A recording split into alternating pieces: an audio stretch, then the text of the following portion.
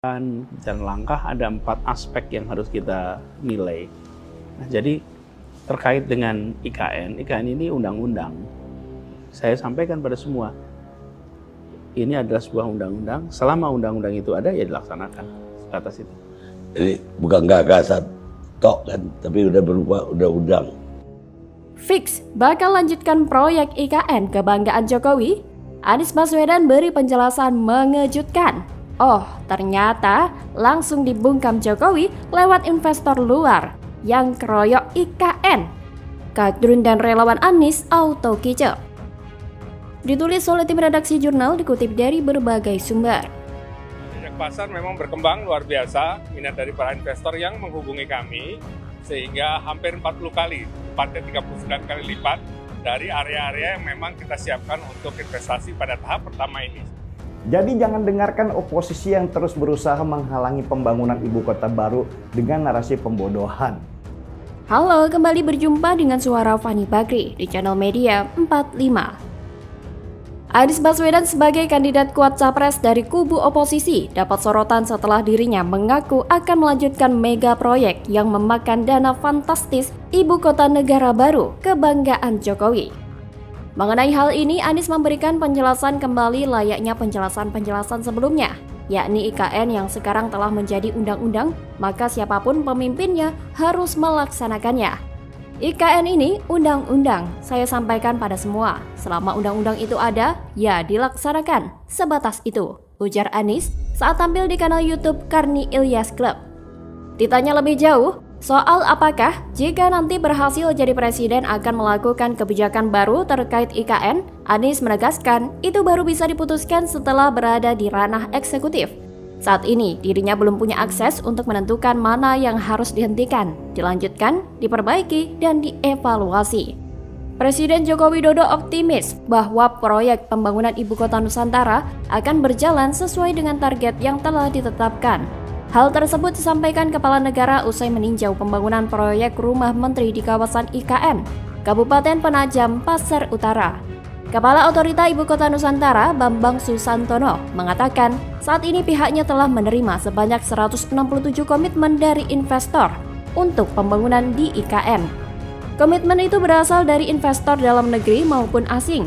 Bambang menuturkan komitmen yang disampaikan dalam bentuk letter of interest atau dokumen komitmen awal. Seperti yang dilansir dari kompas.com, Bambang mengatakan bahwa dari interest itu untuk menjadi kejadian kan ada prosesnya. Nah, apa yang terjadi? Kebanyakan dari mereka sekarang meminta data lapangan, misal mengenai topografi, air bersihnya hingga mengenai aliran listrik bisa masuk ke kawasan IKN. Hal tersebut ditanyakan agar mereka bisa menghitung bisnis plan-nya, menghitung rencana finansialnya. Bambang menuturkan investor pun masih memerlukan waktu untuk membuat studi investasi di IKN. Dia mengakui jika proses kepastian investasi di IKN butuh waktu dan komunikasi terus-menerus. Lebih lanjut, Bambang menjelaskan dari 167 letter of interest yang sudah ada, sebanyak 50% merupakan komitmen dari investor asing. Sebanyak 50% lainnya dari investor dalam negeri. Berita ini pastinya menampar keras kadrun dan para pembenci Jokowi yang menolak pembangunan IKN tersebut. Sebelumnya kita ketahui bahwa Anies Baswedan membuat pendukungnya meradang.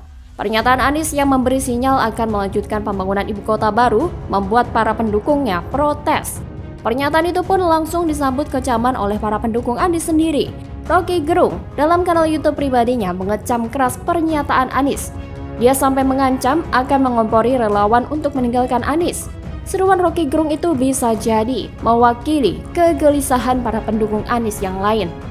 Mereka seolah tidak rela Anies melanjutkan program Pak Jokowi. Pernyataan Anies itu pasti memukul para pembenci Jokowi yang menjadi pendukung Anies. Mereka pasti bingung mau menyerang Pak Jokowi, tetapi jagoannya menyatakan ingin melanjutkan.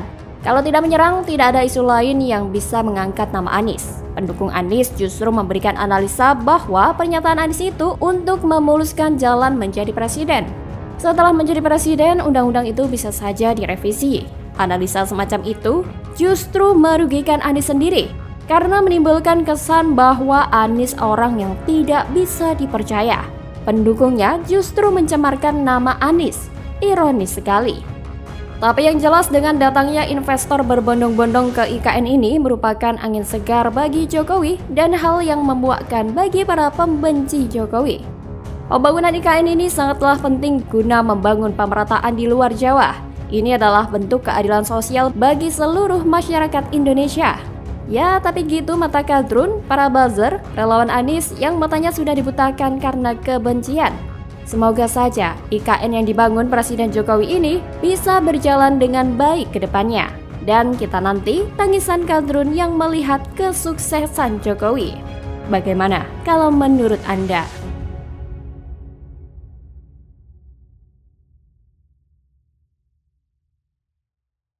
Jadi ini terjadi hanya masalah administrasi, tidak ada kerugian di sini, apalagi korupsi atau markup. Loh kok kelebihan bayar ya? Bukannya itu potensi korupsi? Ya, BPK kan Badan Pemeriksa Keuangan, bukan KPK. Jadi bukan tugasnya BPK menentukan ini korupsi atau bukan. Adik Anies Baswedan diperiksa Barreskrim Polri soal gratifikasi, rekening adik Anies dibuat transaksi. Pantes banyak lebih bayarnya. Ditulis oleh tim redaksi jurnal, dikutip dari berbagai sumber. Temuan ini seharusnya diserahkan ke KPK untuk ditelusuri lebih dalam. Apakah ada potensi korupsi atau tidak? Halo, kembali berjumpa dengan suara Fani Bakri di channel media 45. Komisaris PT PLNI Dede Budiarto alias Kang Dede menyoroti adik calon Presiden Anies Baswedan, Abdillah Baswedan, yang menjalani pemeriksaan di Barreskrim Mabes Polri terkait kasus pengadaan proyek Very Small Aperture Terminal. Dia menyentil pendukung Anies dengan isu penjagalan terhadap Anies Baswedan. Hal itu disampaikan Kang Dede dalam akun Twitter pribadinya pada Sabtu 17 Juni 2023. Sebelumnya, kelompok orang mengatasnamakan Komite Aksi Mahasiswa untuk Reformasi dan Demokrasi atau Kamerat melaporkan Anies Baswedan ke Komisi Pemberantasan Korupsi atau KPK. Mereka menuduh Anies diduga menerima gratifikasi atas proyek VSAT atau Very Small Aperture Terminal. Jeffrey menduga rekening adik Anies Baswedan, Abdillah Baswedan, dipakai untuk menerima transfer sebesar 5 miliar rupiah dari seseorang terkait proyek tersebut yang akan diberikan ke mantan gubernur DKI itu. Oleh sebab itu, Jeffrey beserta anggota Kamerat lainnya membawa sejumlah berkas ke KPK. Jika melihat aturan yang ada, setiap pejabat negara dilarang untuk menerima gratifikasi dari siapapun dalam bentuk apapun. Besar ataupun kecil nilainya, semua tidak boleh. Jikapun sudah menerima gratifikasi atau hadiah dari tamu negara, maka harus melaporkan kepada KPK. Dan KPK yang akan menilai apakah gratifikasi atau hadiah tersebut akan diserahkan kepada pemerintah atau menjadi milik si penerima hadiah. Jika nilainya cukup besar serta dengan alasan bahwa hadiah tersebut akan mempengaruhi keputusan pejabat tersebut, maka gratifikasi atau hadiah tersebut akan diserahkan kepada pemerintah.